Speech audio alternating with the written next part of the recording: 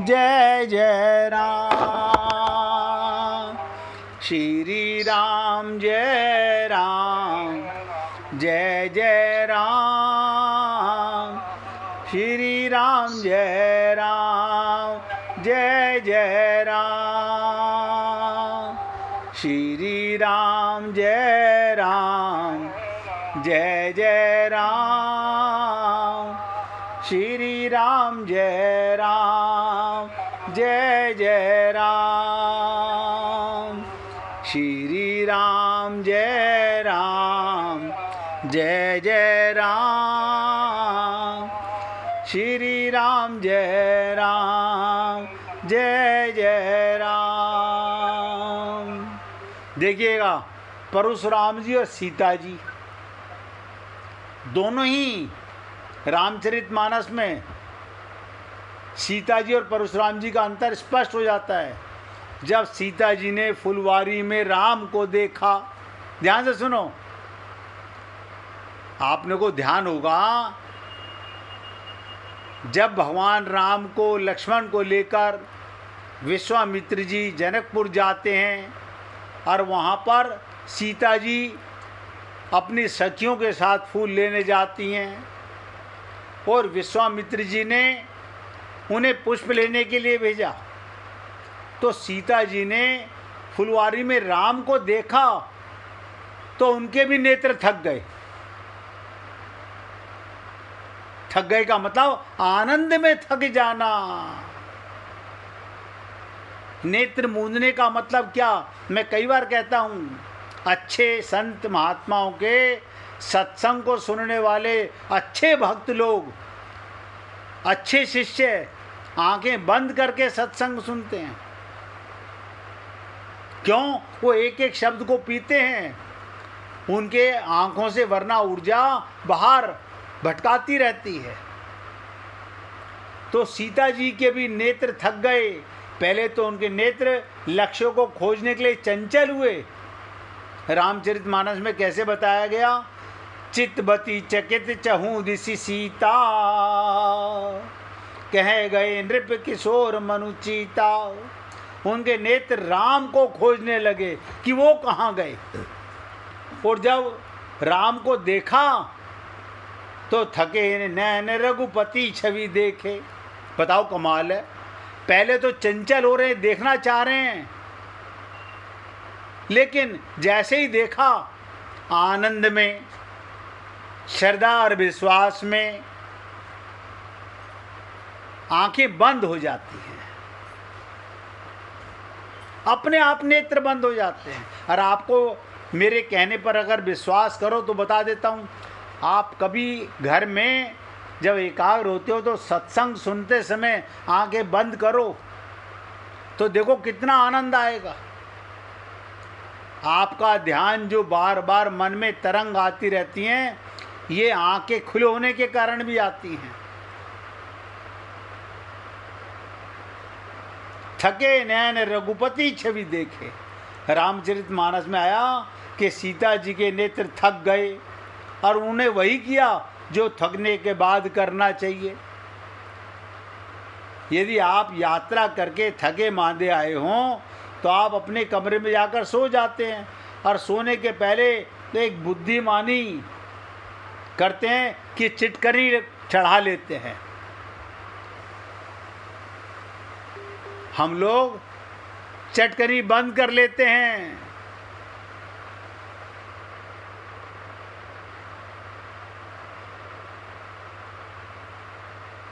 एक एक शब्द पे ध्यान देना ताकि कोई भीतर ना आ सके। बिल्कुल ऐसे ही सीता जी ने किया।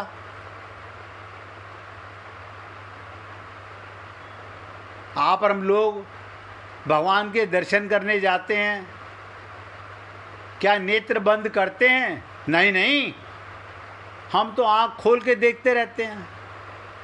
क्या देखते हो, भगवान को या वहाँ मंदिर में पब्लिक को?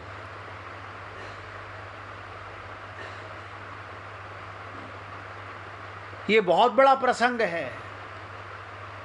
मैं तो आपसे बहुत समय से कहता आ रहा हूँ कि आंखें बंद करके सत्संग सुनना चाहिए।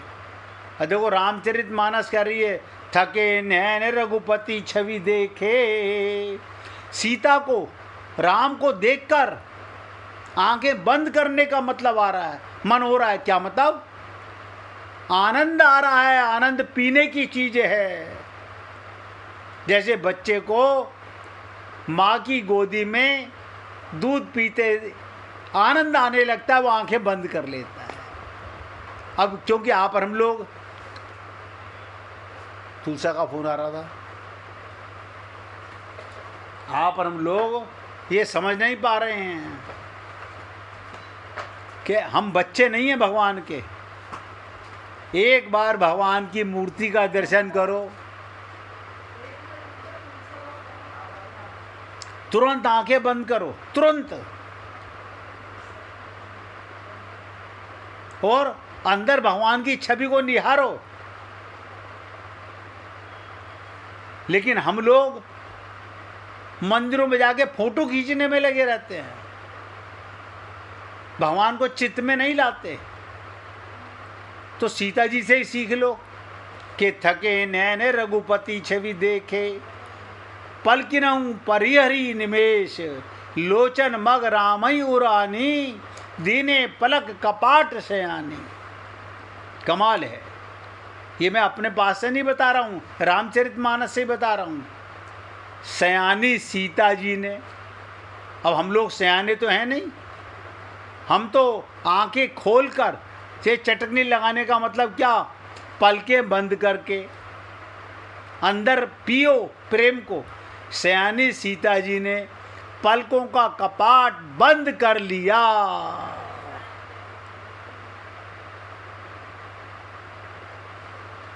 थके नैन रघुपति छवि देखे, पलकिनऊ परिहरी निमेश। आप सोचो, हम कहते हैं क्या मंदिर में हम आंखें बंद करने के लिए आए हैं? अरे बाबा, आंखें बंद करने नहीं, अंदर पीने की चीज है भगवान का प्रेम। एक बार भगवान का रूप देखा और जो अंग उनका आपको दिल को भा गया, आंखें बंद करके पियो, ये अमृत है। रस पीने की चीज है या उड़ेलने की चीज है?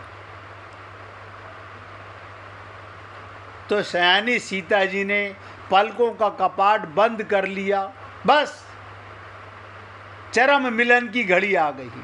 बताइए, गोपियां कहती थी भगवान श्री कृष्ण को कि श्याम तुम्हें देखूं और पलकों में अपनी आंखों में कैद कर लूं और अंदर ही अंदर पीती रहूं, किसी को देखने ना दूं। अब हमारा प्रेम हो तो हमारी पलकें बंद हों, हमारी आंखें बंद हों। अब लोग तो यही कहेंगे मंदिर में आंखें बंद करने आए थे। अब ये हर आदमी नहीं समझ सकता इन चीजों को। हम तो सत्संग में भी आंखें बंद नहीं करते। तो रामचरितमानस क्या कह रही है?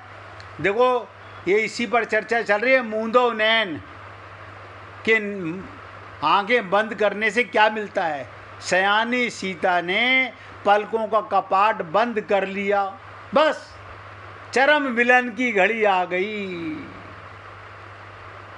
यानी सीता अंदर ही अंदर अब तो परम प्रियतम प्रभु हैं और सीता जी हैं।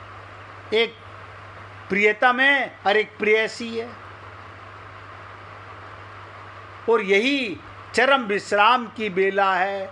विश्राम माने मिलन की बेला, यही आनंद की घड़ी है। इसी प्रकार से देखिएगा, परशुराम जी जो सदा गुस्से में रहते हैं, वही जब भगवान राम को देखते हैं तो उनके नेत्र भी थक गए, पर वो नहीं करते जो करना चाहिए। जब उनके नेत्र थक गए, उन्हें आंखें मूंद लेनी चाहिए थी और भगवान के सौंदर्य को हृदय में ले आना चाहिए था।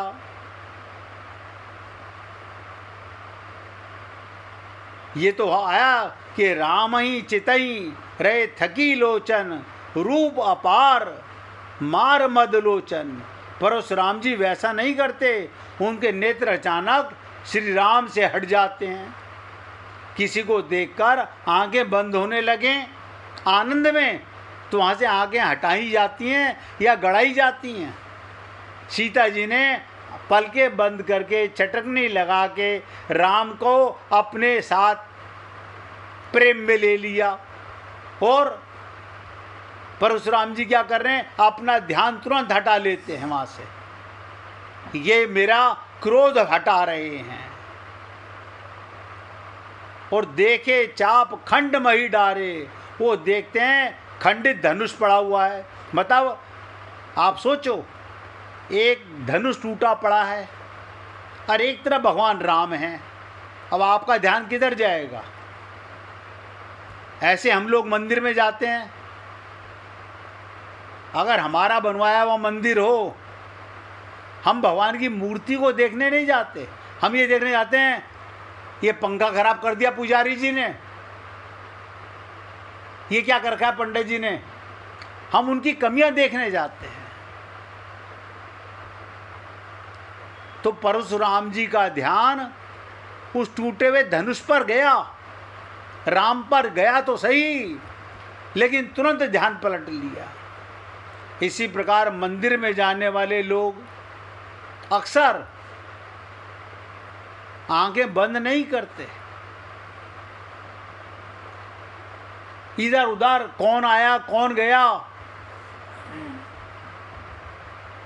हम जिनके साथ जाते हैं उनको देखते रहते हैं, भगवान को कम देखते हैं, उनको ज़्यादा देखते हैं। तो देखे चाप खंड मही डारे। अब देखो परशुराम जी में और सीता जी में कितना अंतर है। सीता जी ने भी देखा और परशुराम जी ने भी देखा। परशुराम जी ने ध्यान पलट लिया और सीता जी ने पलकें बंद कर ली, चटनी लगा ली। इसीलिए कहते हैं विश्राम प्रेम पीने की चीज है। जो अखंड को देखने के बाद खंड को देखेगा, उसकी यही दशा होगी। अब सोच लीजिएगा, भगवान कौन है? अखंड। और हम क्या करते हैं, इधर भगवान को देखा, उधर छूटते गेट पे देख रहे हैं, हमारे वो तो आए नहीं अभी तक। यानी भगवान को भी देख रहे हैं और वहाँ से ध्यान हटा करके हम बाहर गेट पर देख रहे हैं, हमारे रिश्तेदार तो आए नहीं अभी तक। मतलब भगवान से ज़्यादा हमारा मन खंडित संसार में लगा हुआ है। बुरा मत मानिएगा, 99% लोगों की दशा बता रहा हूँ। मंदिर में जाकर, गुरु के पास जाकर के भी संसार को देखते रहते हैं। और भगवान कहते हैं आचार्य माम जानियात, आचार्य को मेरा ही रूप जानो। लेकिन कौन देख पाता है? तो ऐसे ही परशुराम जी राम को देखकर नींद आने लगी, तुरंत ध्यान हटा करके खंडित धनुष को देखने लगे। ये जो अखंड को देखने के बाद खंड को देखेगा, उसकी यही दशा होगी। हमें तो खंड से अखंड में जाना चाहिए। आप बताइए, ये सारे संसार को देखकर, मरने वालों को देखकर अखंड की तरफ जाना चाहिए, आनंद की तरफ जाना चाहिए, ना कि अखंड से खंड में जाना चाहिए। संसार खंड है और उसे देखकर अखंड ब्रह्म को देखना चाहिए। पर परशुराम जी उल्टा करते हैं, वो अखंड को देखने के बाद फिर से खंड को देखने लगते हैं और जनक से पूछते हैं, बताइए, क्रोधी परशुराम जी में क्रोध बहुत था, बताओ। जनक जी से कह रहे हैं कहू जड़ जनक धनुष के तोरा। आप बताइए, यानी जनक जी को जड़ कह रहे हैं। कितनी बात बढ़ गई। लक्ष्मण जी से बड़े रुष्ट हुए और कहने लगे ये लड़का बड़ा शिष्ट है, मेरी आंखों से दूर करो इसे। अब लक्ष्मण जी को कौन हटा सकता है, आप सोचो। इसलिए हे पुण्य आत्माओं, जब भी आप और हम लोग मंदिर में जाएं, संत के पास जाएं, तो एक बार वो दोनों का दर्शन करते हैं, तुरंत इधर उधर मत देखो। अखंड को देखकर आंखें बंद करके उस आनंद को पीना चाहिए। दर्शन पीने की चीज है। लेकिन हम क्या करें, हम आदत से मजबूर हैं, मन के गुलाम हैं, हमारी इंद्रियां हमारे बस में नहीं हैं, मन हमारे बस में नहीं है।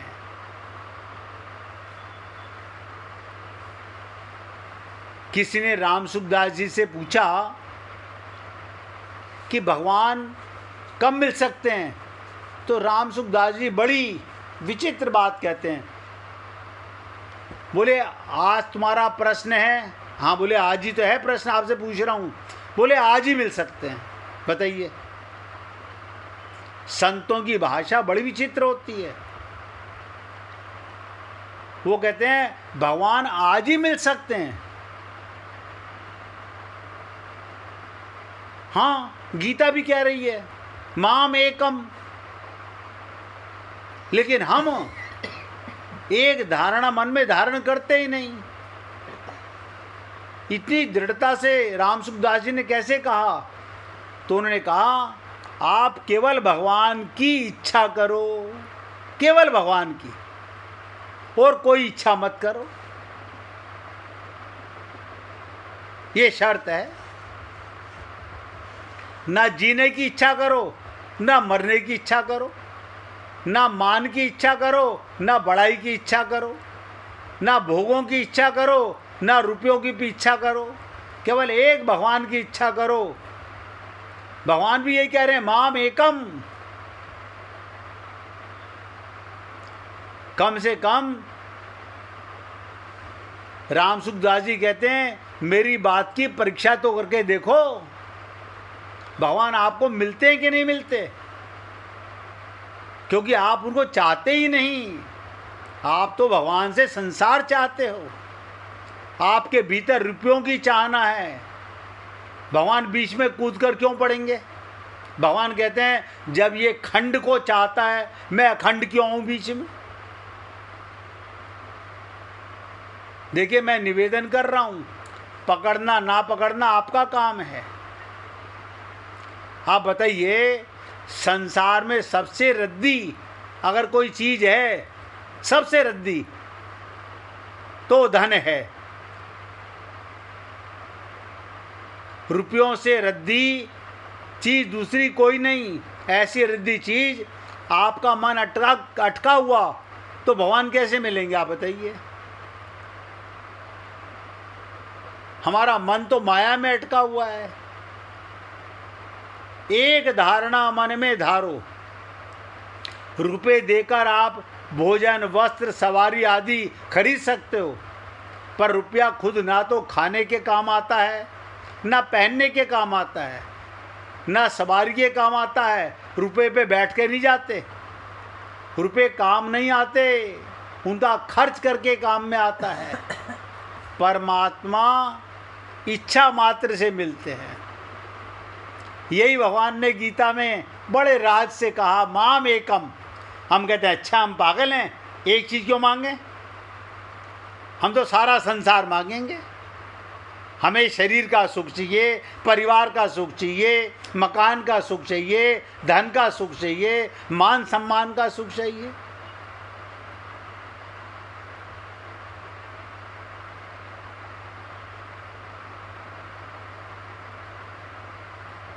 छोटा बालक रोता है तो तुरंत माँ आ जाती है।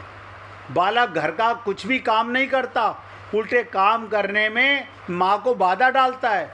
पर जैसे ही रोने लगता है, सब घर वाले उसके पक्ष में हो जाते हैं।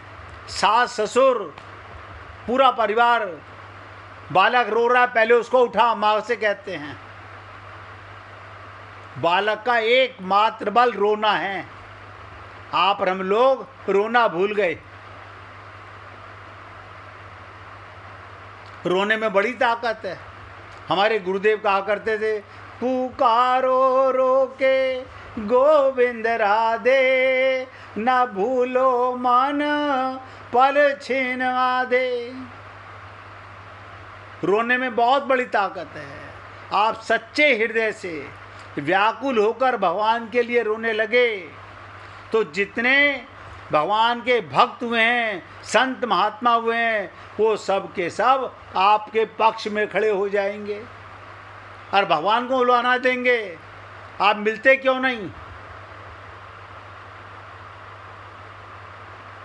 लेकिन आप और हम लोग भगवान को नहीं पाना चाहते, भगवान से संसार पाना चाहते हैं। ये अंतर है। हम खंड को पाना चाहते हैं, अखंड को नहीं पाना चाहते।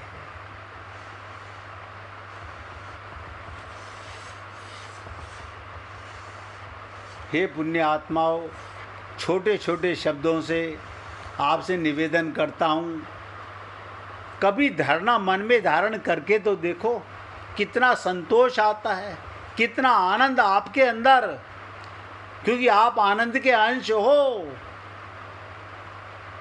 आपके अंदर ही परमानंद भरा हुआ है। पहले 1 मिनट कीर्तन कीजिए, फिर राम सुखदास जी की एक बात और विशेष बताऊंगा।